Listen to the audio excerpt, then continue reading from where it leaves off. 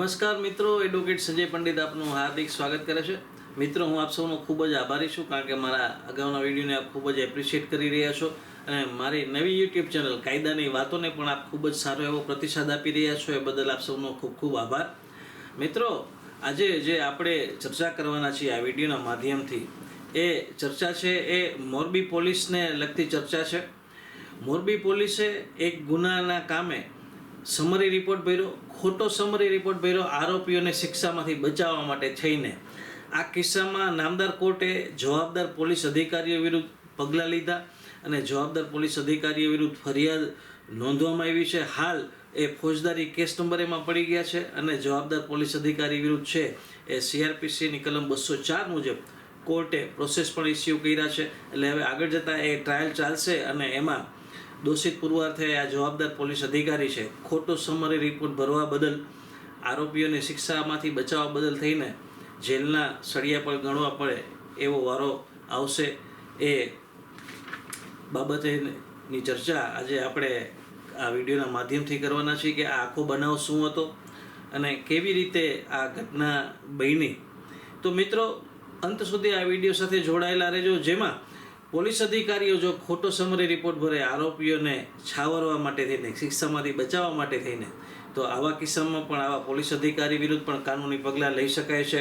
એની રસપ્રદ માહિતી આજે આપણે આ વિડીયોના માધ્યમથી જાણવા જઈ રહ્યા છીએ। મિત્રો, જે મિત્રો આજે પ્રથમ વખત આ ચેનલ ઉપર આવ્યા છે એને મારી નમ્ર વિનંતી કે મારી યુટ્યુબ ચેનલ કાયદાની વાતોને એ સબસ્ક્રાઈબ અને લાઇક જરૂર કરે, અને જો આપ ફેસબુક ઉપર હો તો મારા Facebook page legal talk with Sanjay પંડિતને ફોલો કરવાનું ચૂકશો નહીં, જેથી કરીને સમયાંતરે જે કાનૂની ઇન્ફોર્મેશનને લગતા વિડીયો પ્રસારિત કરવામાં આવે છે એ તમામ વિડીયોના નોટિફિકેશનો છે આપને મળતા રહે અને તમારું કાનૂની જ્ઞાન છે એ અપડેટ થતું રહે। મિત્રો, તો આ જે ઘટના છે 7/10/2013 રોજની મોરબીમાં સાવિયો સિરામિક નામની એક પેઢી છે, જેના માલિક જેને કહેવાય અથવા તો જેના ડિરેક્ટર કહેવાય અથવા તો જવાબદાર વ્યક્તિ કહેવાય સાવિયો સિરામિકના જિગ્નેશ પટેલ નામની વ્યક્તિએ તેને કોઈ નાગપુરના વેપારીને ઉધાર માલ આપ્યો છે। એ ઉધાર માલની હિસાબ કિતાબની પતાવટ બાબતે એ વેપારીને અહીંયા મોરબી બોલાવે છે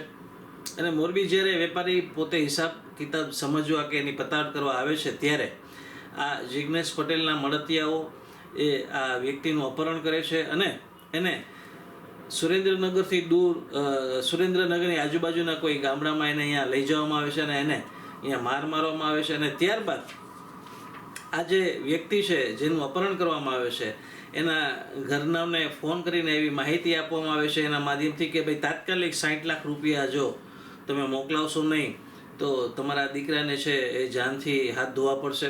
આવો ફોન જ્યારે એ ભોગ બનનાર જ્યારે એના પિતાશ્રીને એના ઘરનાઓને કરે છે ત્યારે એના પિતાશ્રી છે એ નાગપુરથી જેને કહેવાય કે સાવચેતી દાખવીને તાત્કાલિક મોરબી પોલીસને આ બાબતે જાણ કરે છે કે ભાઈ મારા પુત્રનું છે અપહરણ કરવામાં આવ્યું છે અને આ નંબર ઉપરથી ફોન આવ્યો હતો। એટલે પોલીસ છે એ મોરબી પોલીસ તાત્કાલિક એક્ટિવ થઈ જાય છે અને થોડીક જ કલાકોમાં એ ભોગ બનનારનું જે લોકેશન હતું જ્યાં એને ગોંધી રાખવામાં આવ્યું હતું ત્યાં પોલીસ પહોંચી જાય છે અને પોલીસ પહોંચે છે ત્યારે આ અપહરણ કરનાર જે મળતિયાઓ હતા જિગ્નેશ પટેલના એ તમામ અહીંયાથી નાસી છૂટે છે અને પોલીસ છે ઘટના સ્થળેથી એ ભોગ બનનારને બચાવે છે, અપહરણ જેનું થઈ ગયું હોય છે એને, અને ત્યારબાદ એ બાબતે છે એ મોરબી તાલુકા પોલીસ સ્ટેશનમાં ગુના રજિસ્ટર નંબર 90/2013થી અપહરણને લગતો ગુનો IPC 365ને લગતો ગુનો છે એ દાખલ કરવામાં આવે છે, જેમાં FIRમાં જિગ્નેશ પટેલનું નામ આપવામાં આવે છે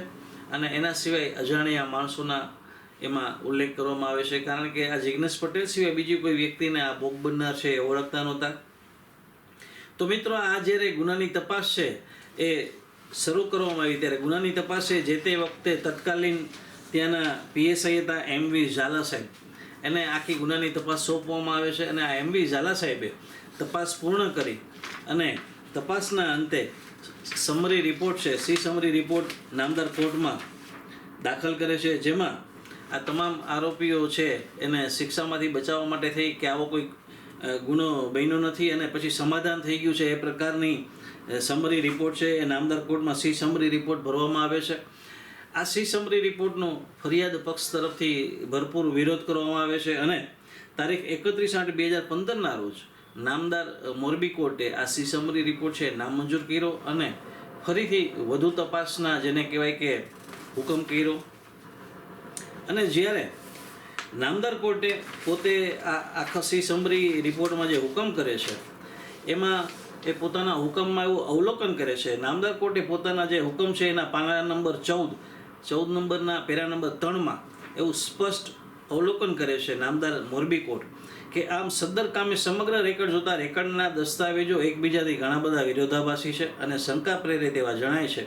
તેમજ વધુમાં આ કામના તપાસ કરનાર અમલદાર MV ઝાલા PSI મોરબી તાલુકા પોસ્ટેવાળાએ આ કામે આરોપીઓને બચાવવા માટે ખૂબ જ પ્રયત્ન કરેલ હોય તેમજ આ કામે MV ઝાલા PSI મોરબી તાલુકા પોસ્ટેના હોય આ કામની સમગ્ર તપાસ આરોપીની તરફેણમાં કરેલ હોવાનું સ્પષ્ટપણે ફલિત થાય છે. આવું નામદાર કોર્ટે પોતાના હુકમમાં સ્પષ્ટ જણાવ્યું મિત્રો. અને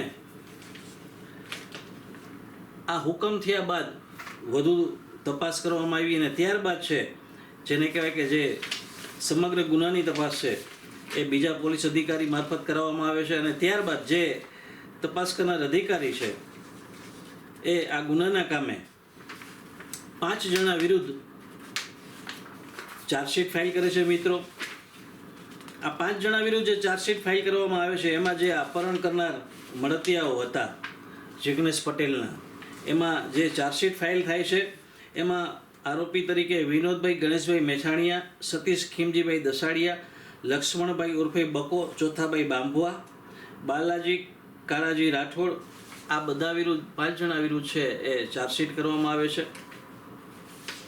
અને નામદાર કોર્ટે જ્યારે આ સમરી રિપોર્ટ નામંજૂર કર્યો ત્યારે પણ એવું સ્પષ્ટ ઉલ્લેખ કર્યો કે ભાઈ આમાં જે ફરિયાદ છે માત્ર 365 એટલે કે અપહરણની ફરિયાદની તપાસ કરવામાં આવી છે. જ્યારે તમામ રેકર્ડ ઉપરથી એવું સ્પષ્ટ પુરવાર થાય છે કે ભાઈ એની 60 લાખ રૂપિયાની માગણી પણ કરવામાં આવી હતી કે જો 60 લાખ રૂપિયા આપવામાં નહીં આવે તો એને છોકરાને જેને કહેવાય કે બતાવી દેવામાં આવશે આવી ધમકી પણ આપવામાં આવી હતી. એટલે આ સિવાયની કલમોનો ઉમેરો કરીને ઉમેરો થવો જોઈએ એવું નામદાર કોર્ટે સ્પષ્ટ ઉલ્લેખ કર્યો હતો પોતાના હુકમમાં. અને જ્યારે આ 5 જણા વિરુદ્ધ ચાર્જશીટ કરવામાં આવે છે ત્યારે હાલ આ 5 જણા વિરુદ્ધ છે એ ટ્રાયલ પેન્ડિંગ છે.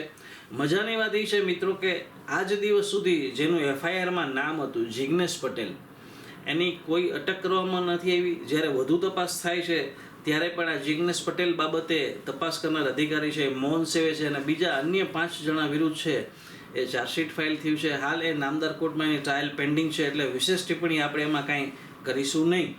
પરંતુ જિગ્નેશ પટેલ વિરુદ્ધ ચાર્જશીટ પણ કરવામાં નથી આવ્યું અને જો જિગ્નેશ પટેલનો કોઈ રોલ નહોતો તો એ બાબતેનો આજ દિવસ સુધી મોરબી પોલીસે કોઈ રિપોર્ટ પણ નામદાર કોર્ટમાં ફાઇલ કર્યો નથી. અત્યાર સુધીના રેકર્ડ ઉપરથી એવું પ્રસ્થાપિત થયેલ છે.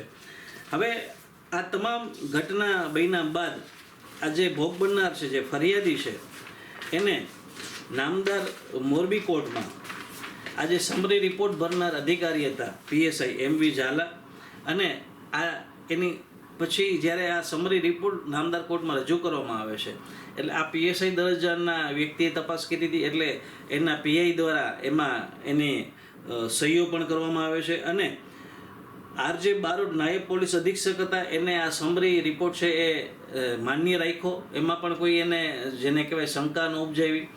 PI છે SC અમલાણી સર્કલ PI હતા જે તે વખતે મોરબીમાં એમણે પણ આ સમરી રિપોર્ટ બાબતે કોઈ શંકા ન ઉપજાવીને આ ઝાલા જે છે MV ઝાલા સાહેબે જે તપાસ કરી છે એ સાચી માની અને બરોબર તપાસ કરવામાં આવી છે. એ મુજબ આ સમરી રિપોર્ટ છે પોતે પોતાની દેખરેખ હેઠળ મંજૂર કરી એમાં સહીઓ કરી અને નામદાર કોર્ટમાં ફાઇલ કરે છે. એટલે આ ભોગ બનનાર છે એ વર્ષ 2022માં આ ત્રણેય અધિકારી વિરુદ્ધ પોતાના વકીલ મારફત નામદાર મોરબી કોર્ટમાં ફરિયાદ કરે છે.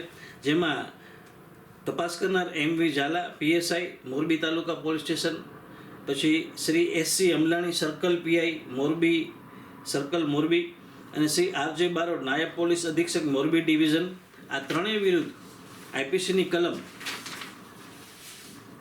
166, 166 AB, 204, 217, 218 અને 114 મુજબની ફરિયાદ દાખલ કરે છે અને આ ફરિયાદને છે એ નામદાર મોરબી કોર્ટ એ ઇન્ક્વાયરી તરીકે રજીસ્ટર કરે છે અને ત્યારબાદ સમગ્ર પુરાવો લેવામાં આવે છે ફરિયાદ પક્ષનો, અને આ પુરાવો લીધા બાદ નામદાર મોરબી કોર્ટે આ જે ફરિયાદ છે એ ગ્રાહ્ય રાખી અને ઇન્ક્વાયરી નંબરમાંથી એમાં હાલ ફોજદારી કેસ નંબર પડેલા છે અને હાલ મોરબી કોર્ટમાં આ કેસ છે એ પેન્ડિંગ છે. અને નામદાર કોર્ટે જે તપાસ કરનાર પીએસઆઈ હતા એમના વિરુદ્ધ છે CRPCની કલમ 204 મુજબ પ્રોસેસ ઇસ્યુ કર્યા છે. આ સિવાયના જે બીજા 2 અધિકારીઓ હતા એનો તપાસમાં કોઈ રોલ નહોતો, માત્ર એમણે તપાસ છે એ મંજૂર રાખી હતી, એટલા માટે થઈને હાલ એમના વિરુદ્ધ કોઈ પ્રોસેસ ઇસ્યુ કર્યા નથી. પરંતુ ટ્રાયલ દરમિયાન જો એમનો કોઈ રોલ સામે આવશે તો એની આગળ કાર્યવાહી કરવામાં આવશે. હાલ છે જે પીએસઆઈ MV ઝાલા હતા, તત્કાલીન પીએસઆઈ મોરબી તાલુકા પોલીસ સ્ટેશનના, એમના વિરુદ્ધ CRPCની કલમ 204 મુજબ મોરબી કોર્ટે છે એ પ્રોસેસ ઇસ્યુ કર્યા છે અને હવે એની ટ્રાયલ છે એ પેન્ડિંગ છે, ગતિમાન છે. આવનારા ભવિષ્યમાં એમાં પણ ટ્રાયલ આગળ ચાલશે.